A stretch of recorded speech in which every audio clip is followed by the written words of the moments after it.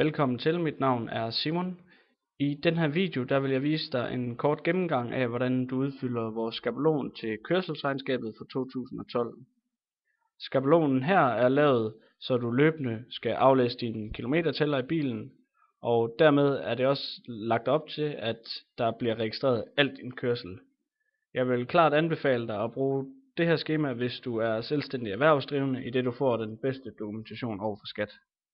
Vi har også lavet et lidt mere simpelt skema, hvor du blot kan indtaste det antal kørte kilometer. Hvis vi starter med at tage et eksempel, så ønsker jeg den 1.1.2012 at registrere et møde, jeg har med en kunde.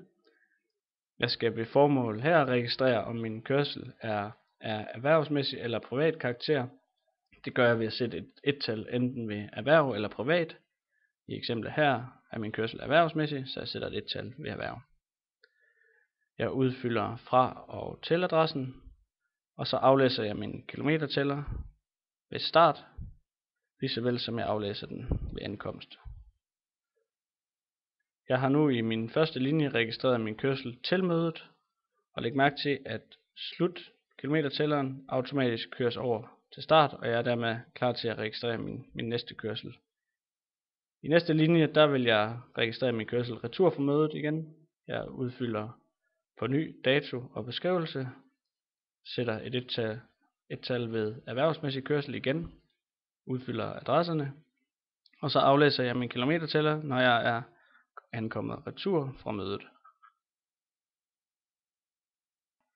Jeg har nu registreret al min erhvervsmæssige kørsel fra den 1. januar. Lad os nu antage, at der går en uge, hvor jeg ikke bruger bilen erhvervsmæssigt. Næste gang jeg skal bruge min bil til erhvervsmæssig kørsel, jamen så aflæser jeg min kilometertæller i bilen på ny. Og er det sådan, at den ikke stemmer overens med startkilometertælleren her i skemaet, jamen så er det jo fordi jeg har haft noget privat kørsel, og det skal jeg også have registreret her i skemaet. Jeg kan vælge at skrive perioden her. Jeg har valgt at skrive i beskrivelsen, at det er privat kørsel. Jeg sætter et ettal ved privat i stedet for erhverv. Og så aflæser jeg så min kilometertæller på ny, når jeg skal bruge den til erhvervsmæssig kørsel igen. Dermed køres kilometertælleren slut over på start, og jeg er derfor klar til at registrere min erhvervsmæssige kørsel igen. På den måde der behøver jeg egentlig kun at holde øje med min erhvervsmæssige kørsel, og skemaet her hjælper dig så automatisk med at få den private kørsel udregnet. Når jeg har udfyldt alt min kørsel for en given periode, jamen så bladrer jeg lige ned i bunden af det her skema. Og der er lige en enkelt ting, jeg skal have udfyldt mere. Det er sådan, at jeg skal have registreret de samlede antal kilometer, jeg har kørt erhvervsmæssigt for hele året, det indeværende år indtil nu. Det vil jeg skulle udfylde i feltet her. I det her eksempel er i januar måned, jamen så har jeg ikke antal kørte kilometer erhvervsmæssigt før den her periode.